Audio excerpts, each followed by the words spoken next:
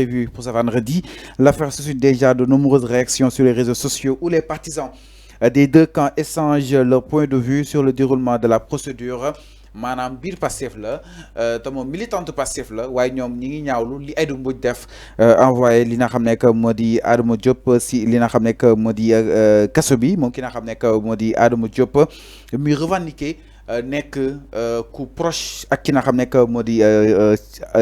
Cheikh Thioro Mbacké foofu si waanu Touba a été convoqué en ce temps maintenu à la division des investigations criminelles suite à kàddu yi nga xam ni itam yëkki na ko jëm si Aïda Mbodj alors lu mu waxoon si Aïda Mbodj que ni moom il est bien placé pour parler d'elle mooy Aïda Mbodj parce que il a un passé avec elle. Elle n'a rien fait à Touba moom jàpp na ne Aïda Mbodj deful dara Touba et pourtant je faisais partie des gens qui ont promis maanaam bokk na sa ña nga xam ni itam dañ leen digoon financement waaye ba tey jii France daal di xëddeem depuis ba Pastef daal di gagné li nga xam ne que moo di présidentielle bi alors mu poursuivre jëm si ay kàddoom que ni il a poursuivi en affirmant que dans le cadre de cette promesse il lui avait été demandé de fournir sa carte d'identité maanaam laajoon nañ ko carte d'identité am quelque temps après DER mu daal di koy envoyé message pour xam leen ko ni ce financement mujj nañ ko validé maanaam génn nga si lorsque je suis allé récupérer l'argent on m'a fait savoir que la carte d'identité avec laquelle l'argent est retiré n'est pas la mienne maanaam ba mu doon jëm jëli xaalis bi xamal nañ ko ni carte d'identité bi nga xam ni itam moo retiré xaalis bi nekkul sa boss exactement mu nekk ay accusations yoo xam ni peut-être teg na ko si ki nga xam ne que moo di Aïda Mbodj Aïda daal di koy yóbbu si kanam yoon ak wàllu yoon alors Arfan naka daal di jàngatee li nga xam ne que moo di wàll wi mu nekk ay échange diggante camp bu Cheikh Thioro Mbacké ak camp bu ki nga xam ne que moo di Aïda toujours au sein exactement de Pastef. Le gars dit Pastef il s'appelle comment? Adama non jigéen la. Mais Adama Diop. On règle pas des problèmes avec une autorité ci penc mi. Si Adama Diop a des problèmes avec Aïda Mbodj, c'est pas comme ça que les problèmes doivent se régler. Elle a fauté. On fait pas justice soi-même. Ça dit que Adama c'est une frustrée devant Aïda Mbodj. Dafa xam ni que Aïda Mbodj ils ont cheminé ensemble. Ils ont un passé commun. Mais tey dafa jàpp ni que Aïda Mbodj lu mu waroon mel ak moom melu ko Aïda Mbodj lu mu waroon mel ak moom Adama Diop melu ko ba tax na moom Adama Diop mu dem ci presse bi di ko ŋawti di waxal sénégalais kan mooy Aïda Mbodj c'est pas du tout normal c'est pas normal si elle a des contentieux à régler avec Aïda Mbodj mën na ko régler ci yeneen anam yeneen façon mais pas dans la presse du ci penc mi tu sais pourquoi parce que Aïda Mbodj tey autorité la autorité étatique la booy wax ci moom même bu fekkee li ngay wax dëgg la sax si les sa kaddu yi bu xawee dëgër si c'est blessant yow la ñuy jàpp dañ lay jàpp parce que on sous-entend que nu mu nekkee autorité moo tax nga koy attaquer surtout que tu fais partie du même parti que elle tu es dans Pastef Aïda Mbodj est dans la mouvance présidentielle yow nga taxaw di ko attaquer publiquement mais si tu le fais mais procureur day autosaisir dañu lay jàpp mais Adama elle a fauté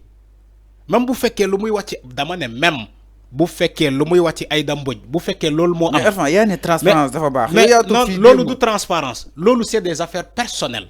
Fallou lire ce que tu as li ce qu'elle a dit. maanaam si gestion. déedéet. déedéet c'est des affaires personnelles. déedéet Adama Diop. ok elle a voulu régler ses comptes personnels avec Aïda Mbodj. te demeewul noonu c'est pas comme ça que ça se passe.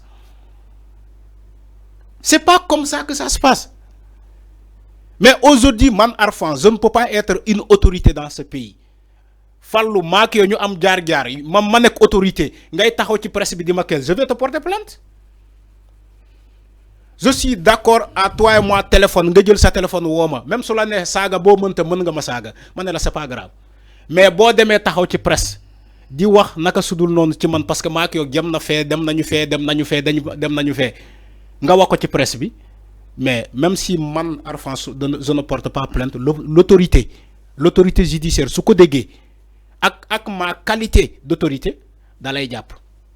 donc képp ku ñu accusé détournement mën na ko yóbbu ci yoon parce que c'est des accusations peut-être. mais elle l'a accusé dañ koy yóbbu ci yoon pour mu andi preuve yi surtout quand il accuse une autorité c'est là où encore c'est plus grave une autorité qui est en fonction nga ne dafa luubal mais dañ lay woo ci kanam yoon ñu ne la dafa luubal nga ne waaw andi ñu preuve yi parce que preuve la ñu soxla ci yow Adama Diop andi preuve yi wane ne que Aïda Mbodj li ñu koy waxal moom moo ko def c'est tellement simple te boo amulee sens boo amulee ñaan da ngay dem kaso parce que tu as voulu régler tes comptes personnels avec Aïda Mbodj et ça ne se passe pas comme ça. Mais débat bi mu suscité que ni. Oui. Gis nañ welcome. Maintenant il peut y avoir une médiation hein. Thioro Mbacké Cheikh Thioro Mbacké. Parce que proche. Voilà Cheikh Thioro Mbacké. Voilà Cheikh Thioro Mbacké mën na def médiation entre les deux mën na jël médiation def médiation mën na am médiation.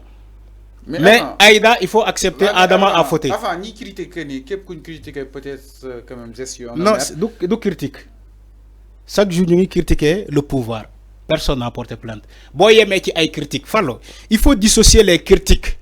ci les diffusions de fausses nouvelles wala les injures publiques wala les accusations.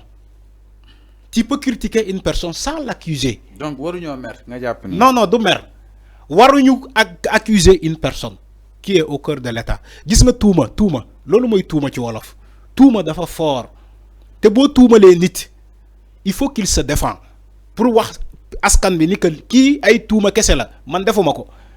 mais daf koy jaral mu yóbbu la ci kanam yoon. Bassirou Fofana ba muy tuumal l'autorité la deuxième institution du pays El Malick Ndiaye Bassirou Fofana journaliste ba mu koy tuumal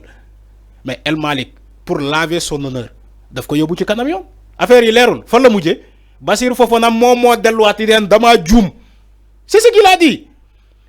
Bassirou Fofana ci boppam moo delluwaat ne Sénégalais damaa juum